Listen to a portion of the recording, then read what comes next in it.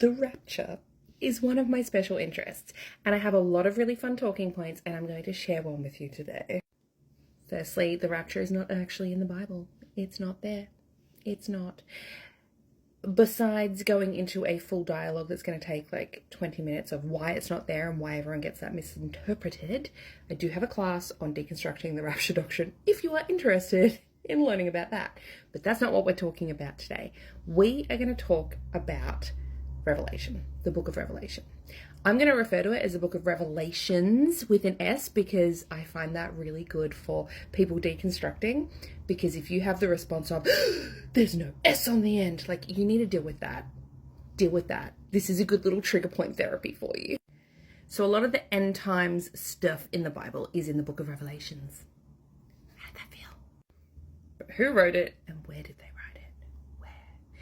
It was written by John of Patmos. And they call him Patmos because he wrote this book, his Revelation, on the island of Patmos in Greece.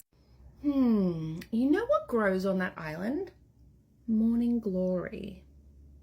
Did you know that morning glory is also a hallucinogen? Now, if that's not enough, there is also another island very close to Patmos called the island of Kos. Also very well known for a lot of psychedelic mushrooms. Back in ancient times, hallucinogens were used very frequently to induce visions, religious visions, vision quest type of things. He wrote this whole thing in a cave. That's also where a lot of religious folks would go to have their visions and their experience with God. If you think I'm talking out my ass, I'm not. There's a man named John Allegro who has published studies on this link between the Bible and hallucinogens.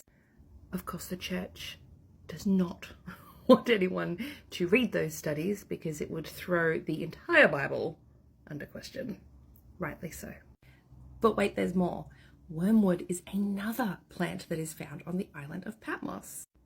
Yeah, you guessed it. It's another hallucinogen, and it's also known to have an effect of visual brightening. Now, if you have a look at Revelation chapter 8, verse 10, you'll notice wormwood is specifically mentioned by name. Let me read it out to you. The third angel blew his trumpet, and a great star fell from heaven, blazing like a torch, and it fell on a third of the rivers and on the springs of water. The name of the star is wormwood. A third of the waters became wormwood, and many died from the water because it was made bitter. And a wormwood plant is an entheogen, and like many entheogens, it is a bitter herb. It can be very poisonous in high doses and cause great physical distress if you consume it. I will end with a lovely quote from George Bernard Shaw. Revelation was a curious record of the visions of a drug addict. End scene. If you would like more information on deconstructing the Rapture doctrine specifically, I have a 5-part class available in my shop, and it is very in-depth. It is also very unhinged, very funny, because this can be a traumatic topic, and I try to keep it lighthearted.